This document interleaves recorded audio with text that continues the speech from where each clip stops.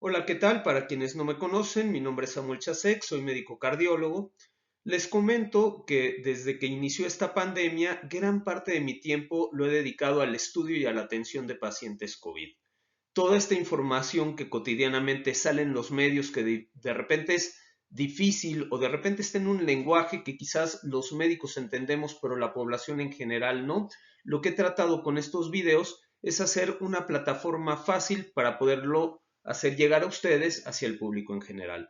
Espero que este video les sea de utilidad. Se pueden suscribir al canal si el video les gusta. Por favor, denle un like y déjenme sus comentarios. Estos son muy importantes y me permite saber qué inquietudes hay y qué nuevos materiales poder diseñar. Cuando nos referimos a enfermedades infecciosas, virales o transmisibles, resulta de mucha utilidad el tomar lo que se llama el factor de reproducción, es decir, qué capacidad tiene este virus para poder replicarse e infectar a terceras personas. Algo que desde hace 2 años habíamos visto con el virus nativo, con el virus original del COVID, es que este factor, el factor de reproducción o conocido como RO o R0, equivalía a 3. Es decir, una persona podía infectar a 3, a su vez estos 3 podían infectar a otros 3, de manera que teníamos 9 contagiados. Estos 9 contagiados a su vez infectaban a 3 cada uno, con lo que este número se convertía en 27 y así en 81, 243 y más sucesivamente. Lo que habíamos visto con el virus original era que era altamente transmisible, pero también era altamente virulento. Es decir, cuando una persona adquiría el virus, el daño que tenía era un daño extraordinariamente importante. Por eso todas estas medidas de cierre y por eso, pues realmente todos estos cambios en la dinámica que estuvimos viviendo durante estos últimos años. Habíamos visto que justamente quienes adquirían el virus nativo, pues a lo mejor el 80% iban a tener síntomas leves o iban a pasar asintomático y un 20%, es decir, uno de cada 5, iban a desarrollar síntomas moderados que ya requerían de una atención más importante y la cuarta parte de ellos iban a desarrollar propiamente síntomas graves, síntomas que iban a requerir justamente de terapia intensiva. Con el advenimiento de las vacunas, los números que tenemos en nuestras estadísticas nos han mostrado una protección importante a lo que es el virus nativo. De hecho, los valores iniciales de lo que, por ejemplo, hablaban Pfizer, hablaban Moderna, eran de esquemas de protección contra la infección de más del 90%. Surgieron entonces las variantes alfa, beta, gamma y surgieron otras más, pero con el advenimiento de delta sobre todo, mucho del conocimiento y de los manejos que teníamos cambió, porque la R0, es decir, este factor de transmisión que tenía este virus, en lugar de ser de 3, ya era de 7.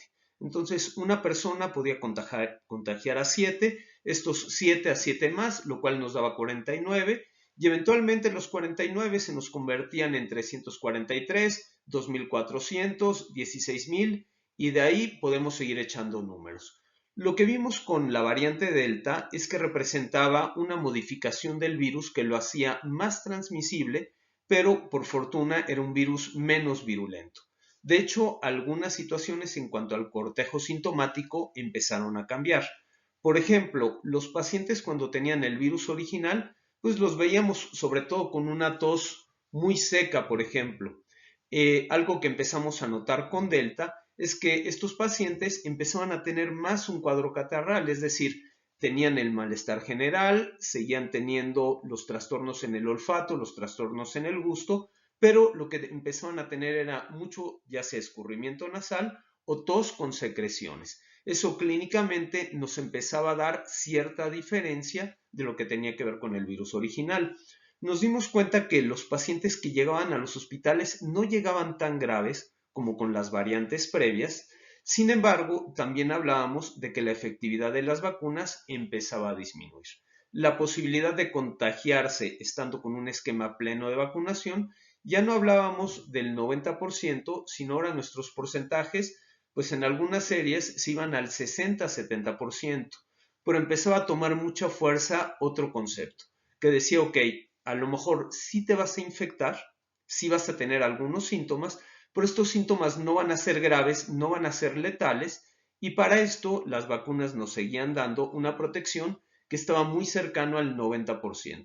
Es decir, 90% de posibilidades de no morir, de no tener que estar intubado, pero la posibilidad de poder tener un contagio de repente del 90% bajaba al 60%. ¿Qué pasó en Sudáfrica? ¿Qué es esto del Omicron entonces?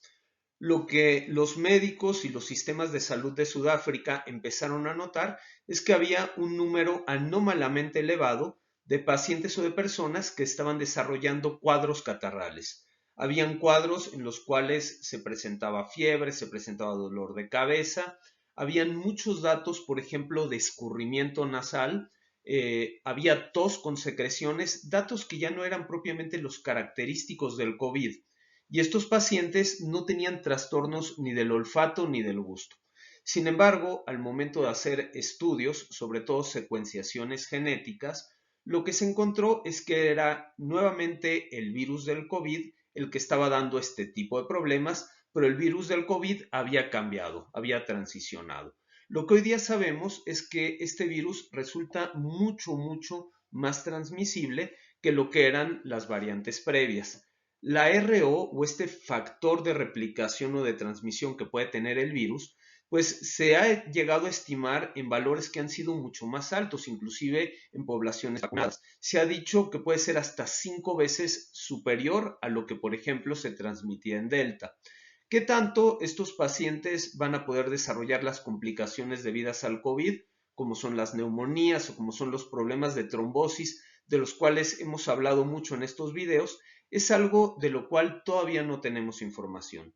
Sí tenemos una secuencia genética que cambió, que es diferente. Tenemos un cortejo de síntomas que, aunque aparentemente son síntomas leves, finalmente son síntomas debidos a COVID y justamente el foco, la atención de todo el mundo está en este grupo de pacientes de ver el comportamiento que están teniendo para anticipar qué repercusiones se pueden dar en la población en general. Omicron, al tener esta reproducción más veloz, como lo pueden ver en la diapositiva, pues lo que ha hecho es desplazar a la Delta. De hecho, con Delta habíamos visto un comportamiento muy importante. Como tenía esta una replicación más rápida, más acelerada que las anteriores, pues prácticamente en diferentes partes del mundo empezaron a desaparecer lo que era tanto la secuencia original como alfa, beta, gamma y las otras que están descritas como de interés pero no de preocupación. Sin embargo, delta empezó a cobrar mucha fuerza porque justamente se reproducía tan rápido que empezó a ser pues la que acaparó prácticamente la mayor parte de los contagios. Sin embargo, las estadísticas, lo que se está mandando de Sudáfrica es que aparentemente Delta viene de bajada porque esta otra viene mucho más acelerada. Hablamos todos los días de mutaciones como si el público en general fuera experto y la verdad es que hay muchos vacíos que uno teniendo un conocimiento quizás un poco básico a este aspecto, pues puede entender mejor qué es lo que está pasando. ¿Qué son las mutaciones? Las mutaciones son errores en el copiado o errores en la replicación, ya sea de algún virus o de cualquier material genético, por ejemplo. Hagan de cuenta que tienen ustedes una fotocopiadora y que en la fotocopiadora ponen un papel y deciden hacer a lo mejor 10 copias. Si van a hacer 10 copias de este, muy probablemente salgan con una buena calidad. Sin embargo, si ponen a hacer un número mucho más elevado de copias, pues es probable que a lo mejor la máquina se caliente, que quizás la tinta empiece a fallar y que algunas copias empiecen a salir defectuosas. La mayor parte de estas copias que van a salir defectuosas, pues seguramente cuando las veamos vamos a decir esto no sirve y lo vamos a tirar a la basura. Lo mismo hace el organismo con las copias que resultan defectuosas del virus y constantemente se están dando copias con este tipo de defectos. Sin embargo, algo que sucede dentro del organismo es que muchas veces estas copias defectuosas, por ejemplo, cuando se trata de virus, los pueden hacer más fuertes, más virulentos o que tengan mayor transmisibilidad. Entonces, vean ustedes este ejemplo que les muestro a la derecha de la diapositiva, donde, por ejemplo, a forma de figuras con este cuadrado, círculo, triángulo, les estoy mostrando cómo sería una secuencia original, por ejemplo, de una partícula viral. Nosotros hacemos el primer fotocopiado, es lo que vemos en el segundo renglón, y lo que ven es que es exactamente igual. Sin embargo, vean lo que sucede en este tercer renglón. Nuestro primer elemento lo que sufre es una sustitución. Es decir, este cuadrado verde de repente cambia por esta otra forma de color amarillo y esto ya es una mutación, esto ya es un cambio que se presenta en nuestra secuencia. Entonces, por ejemplo, nosotros podemos tener las sustituciones, podemos tener esto que se llama delecciones, lo pueden ver en este renglón, donde finalmente lo que hay es la pérdida de alguno de los elementos, o podemos tener inversión dentro de la cadena de uno por otro. Y así podemos tener otro tipo de cambios, por ejemplo, corrimientos, transiciones, duplicaciones, y hay una infinidad de cambios que de repente se pueden dar en las mutaciones. Entonces, esta mutación va a ser un error en el copiado y en la replicación que puede o no puede tener una repercusión en aquella proteína o en aquel gen en donde se esté dando este cambio o esta transición. Quizás en la época que estamos viviendo hoy día, hablar de genética y de secuencias y de códigos pues resulta un poco complejo. Sin embargo, pues ¿quién no está metido hoy día en toda esta loquera tecnológica que nos rodea?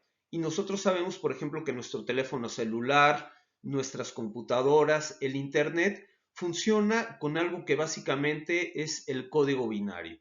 Es decir, todos son unos y ceros acomodados en cierta secuencia y esto es lo que va a llevar que muchos de estos motores de ingeniería pues puedan hacer los procesos de lo que nosotros estamos dando en nuestros comandos. De hecho, si nos metemos a Internet, por ejemplo, y buscamos traductor binario, pues nosotros podemos poner una frase, por ejemplo, yo agarré el primero que me encontré en la red y puse hola, buen día. Y como pueden ver en la parte inferior de la diapositiva, hola, buen día se termina traduciendo en código como este 01001, etcétera, con toda esta secuencia. Si dentro de esta secuencia hubiera algún cambio, es decir, en donde debe ir un 0, de repente fuera un 1 o estos se invirtieran, lo que tendríamos pues, sería seguramente un cambio en el comando cuando estamos hablando de un sistema cibernético. O bien, si estamos poniendo un texto, si yo agarro este sistema binario, lo copio, le hago un par de modificaciones y le digo, a ver, ¿qué texto me vas a decir? Pues seguramente me va a salir un texto diferente al que yo hice. Pues bueno, el sistema genético funciona de una manera muy similar. Nada más que en lugar de utilizar unos y ceros, es un poco más complejo y déjenme que ahorita les comente cómo se da justamente este funcionamiento. Hablando entonces de estas conformaciones que se presentan dentro de nosotros, seres humanos, lo que vamos a tener va a ser, en lugar de agrupación de unos y ceros, vamos a tener agrupación de diferentes moléculas. Por ejemplo, el material genético va a tener lo que son la agrupación de lo que se llaman los nucleósidos, es decir, las cadenas que están formadas tanto de RNA como de DNA, pues va a tener varios elementos que combinados entre ellos, pues justamente nos van a estar dando parte de esta secuencia. Sin embargo, vean ustedes, y este ha sido pues, un punto de confusión muchas veces con las personas, donde se tienen las mutaciones a nivel del virus, no es en el material genético del virus, sino es en las proteínas, es decir, en la estructura o en el esqueleto que suele formar al virus. Para hablar concretamente del virus del COVID, déjenme que les comente que el virus del COVID está constituido por 28 proteínas. De estas 28 proteínas, 16 se conocen como no estructurales, 8 accesorias, pero las más importantes son las 4 proteínas estructurales, es decir, son 4 proteínas que conforman el esqueleto lo más importante del virus.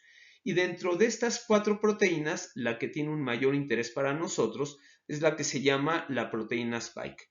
La proteína Spike es justamente esta coronita que se encuentra dentro del virus y que tiene la capacidad de fijación con la célula huésped, es decir, con las células de nosotros, seres humanos, y con esta unión se permite que el material genético del virus ahora sí entre en contacto con el interior de nuestras células.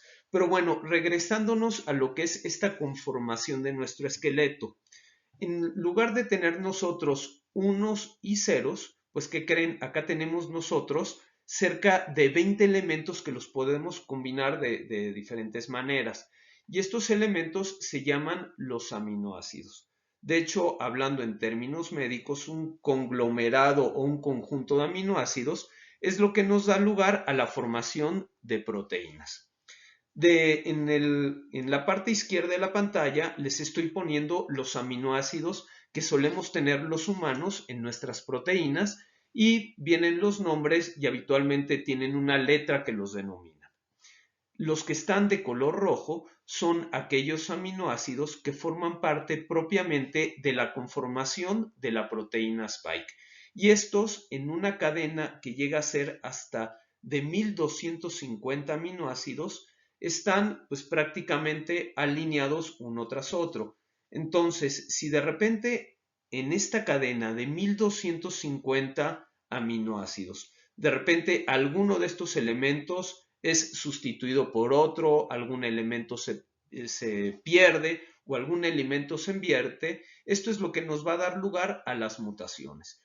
Cuando nosotros hablamos que el virus constantemente se está reproduciendo y constantemente está mutando, pues tenemos una alta posibilidad de que de estos 1250 elementos, pues tengamos muchas copias erróneas.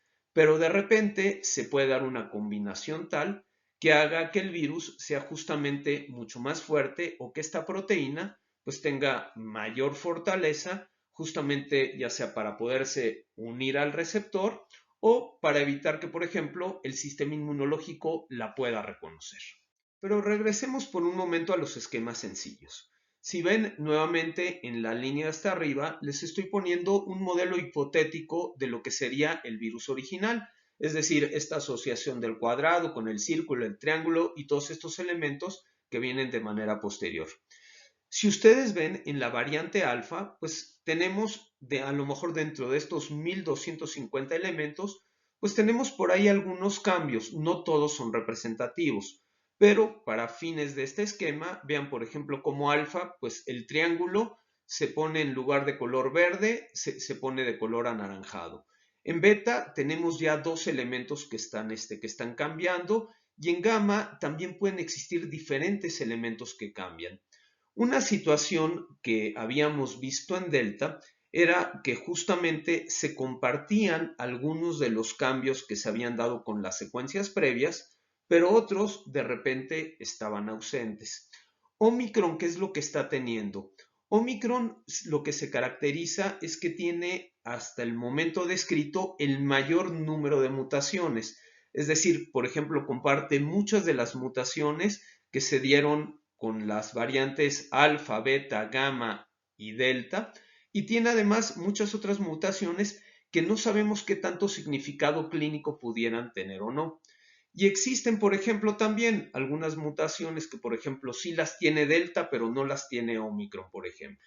Entonces, el poder entender cada una de estas mutaciones, qué es lo que significa tanto de manera solita o aislada como en asociación con otras, pues finalmente es lo que nos va a dar el resultado de qué tan transmitible puede ser el virus y qué tanta virulencia pudiera llegar a tener. ¿Cómo nos referimos nosotros a estas mutaciones? Pues vean ustedes, ya con lo que platicamos, la verdad es que no es tan complejo. Por ejemplo, nosotros podemos ver que en una secuencia se tiene la mutación N501Y. ¿Esto qué significa? Que, por ejemplo, dentro de estos 1250 moléculas o elementos que están conformando esta proteína, en la posición 501, por ejemplo, lo que es el aminoácido asparginina va a cambiar por el aminoácido que se llama tirosina. Es decir, en el 501 en lugar de tener la N vamos a tener la Y. Y esto para fines prácticos pues ya representa una mutación.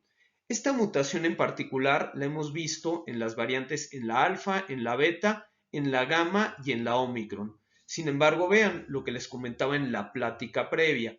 Esta variante aparentemente no está presente en la delta y lo que el estudio ya un poco más detallado de esta mutación, de esta parte de la cadena en particular, es que lo que nos hace es que tengamos un agarre más fuerte con el receptor de angiotensina. Es decir, el receptor de angiotensina es aquella zona a donde va a llegar el virus y se va a enganchar. Entonces, aquí tenemos un punto que resulta de especial interés. ¿Por qué? Porque si el agarre es más fuerte, pues uno pensaría que la acción del virus pudiera ser mayor. Sin embargo, pues no sabemos si necesariamente sea o no sea así.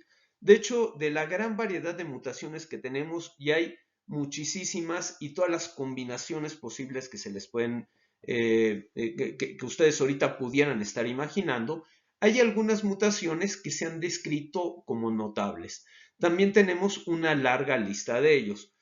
¿Qué son las mutaciones notables? Las que sí pudieran tener cierta repercusión en los pacientes.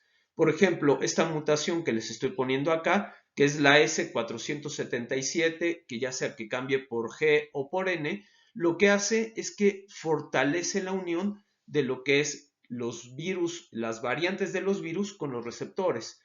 Este elemento, ¿por qué es tan importante? Porque es algo que, por ejemplo, se ha descrito en la literatura médica, que investigadores de Pfizer lo tienen en la mira, quizás para desarrollar lo que hemos platicado mucho en charlas previas, para poder tener una vacuna de segunda generación, una vacuna que ya nos esté dando una cobertura plena contra las variantes. Otra mutación notable, por ejemplo, es la E484K, y esta se ha llamado como la mutación de escape. Hoy día, algo que se ha visto con Omicron es que aparentemente el efecto de la inmunidad previa pues no está siendo tan alto como lo estaba haciendo con las variantes anteriores. Entonces, es posible que esta mutación que está descrita en justamente esta variante sea propiamente la que está haciendo que aquel que tuvo la infección previa o aquel que está vacunado pues que no pueda tener un reconocimiento pleno de los anticuerpos y que se esté atacando. Otra mutación, por ejemplo, que a mi punto de vista es importante, es esta que se llama la D614G. Y esta es una mutación que no se presenta en Omicron, pero vean ustedes qué dato tan interesante. Esta mutación es la responsable de que los pacientes pierdan el olfato y pierdan el gusto. Entonces, es una situación muy compleja poder tener todas estas mutaciones englobadas, saber el significado de ellos. Sin embargo, el tener cada día un conocimiento más profundo, pues nos hace saber en dónde estamos parados y tener una mayor perspectiva de hacia dónde estamos yendo. Hay así mucha incertidumbre en lo que se refiere a Omicron. Yo considero que sacar conclusiones tempranas es verdaderamente un error y no debemos de caer en esto. Tenemos que ser expectantes, tenemos que utilizar la información que ya tenemos. Hoy día, ¿qué sabemos? Si es más transmisible o no. Sí, si es más transmisible, es lo que la estadística nos está mostrando. Si es más dañino, aún no lo sabemos, pareciera que no, pero para ello todavía requerimos de tiempo. ¿Cuáles son los escenarios probables que nos podemos anticipar? Pues yo les diría tres escenarios, uno bueno, uno malo y uno neutro. Y fíjense, podemos considerar también un escenario bueno.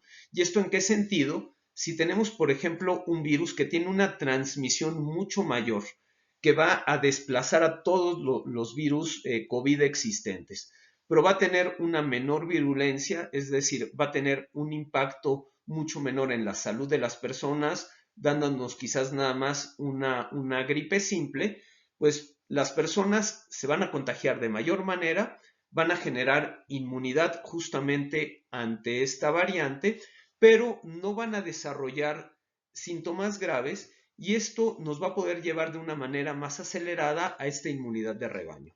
Recuerdan ustedes el concepto de inmunidad de rebaño. Para que un virus pueda infectar a una persona, pues esta persona tiene que tener un organismo lábil, un organismo susceptible. Entonces, si nosotros, por ejemplo, tenemos una población que no está vacunada o que no ha tenido contacto previo con el virus o con alguna de las variantes del virus, pues el virus va a poder llegar, va a encontrar un ambiente óptimo, propicio para reproducirse y con estos miles de réplicas y de reproducciones, pues va a dar lugar a un mayor número de variantes y el virus va a seguir, se va a diseminar. Sin embargo, si ya tenemos población vacunada o tenemos personas infectadas que ya hicieron inmunidad por la vía natural, al momento que el virus llega a ellos, el sistema inmunológico lo reconoce y esta tasa tan grande de replicación, pues la estamos frenando. El virus va a buscar saltar a otra persona y otra persona, y si de repente a todos estos huéspedes a los que salta tiene la misma protección, pues realmente esto va a terminar siendo el fin del virus. Entonces, un escenario probable, un escenario bueno, sería que derivado de Omicron, que hoy día pareciera ser una preocupación muy grande para la población mundial, para la comunidad científica, pues a lo mejor termina siendo lo que resuelve la pandemia. Sin embargo, vámonos al otro extremo, al escenario malo. Si nosotros tenemos un virus que tiene una mayor transmisión, que las vacunas no le están reconociendo y que la virulencia resulta ser una virulencia alta, que esto hoy día todavía no lo sabemos, es decir, si el grado de daño o afectación que tienen las personas es un grado de daño severo, pues nuevamente vamos a caer en todo lo que presentamos en los momentos más críticos de la pandemia, y pues esto va a ser una tragedia. Digo, esperemos que no lleguemos a este escenario, pero pues también es uno de los escenarios probables, y por ello es que vale la pena, entre que sabemos o no, el tomar todas las precauciones para estarnos cuidando. Es decir, no debemos en ningún momento de bajar la guardia, ojalá eventualmente sí lo podamos hacer, es lo que tenemos todos como esperanza, pero estando latente esta posibilidad, de verdad cuídense, protéjanse, usen el cubrebocas, eviten espacios cerrados, vayan a espacios únicamente bien ventilados, evitemos el contacto masivo con tumultos de gentes. Y un tercer escenario, que también es un escenario probable, es que este cambio finalmente sea un cambio neutro. Es decir, que a lo mejor ahorita viene esta variante, que de repente tiene un pico, tiende a desaparecer, no causa un mayor impacto en la población y al rato quizás viene otra y la pandemia sigue en el mismo curso que vamos teniendo hasta ahora. Quizás lo único que nos pudiera dejar, y esto a nosotros como comunidad médica, el tener un curso neutro, es que, bueno, esto nos obligó a tener este estudio todavía mucho más avanzado, más detallado y más profundo, y finalmente, pues esto lo que está haciendo es dejándonos más conocimiento. Pues como les comento en todos los videos, cuidémonos todos, no bajemos la guardia. De verdad, nada nos cuesta traer puesto el cubrebocas, nada nos cuesta el evitar acudir a sitios cerrados, a sitios de riesgo. Busquemos espacios bien ventilados, protejámonos nosotros, pero protejamos también a la gente que puede estar a nuestro alrededor. Si de repente hay alguna persona que tiene un dato sospechoso que pudiera ser COVID, que es que esta persona se quede en casa. Va a ser mejor para su recuperación, sea o no sea COVID, pero va a evitar también el poner en riesgo a personas de su alrededor. Les deseo la mejor de las suertes, estamos en contacto. No olviden suscribirse al canal, por favor, eso se me estaba olvidando. Que estén muy bien, hasta luego.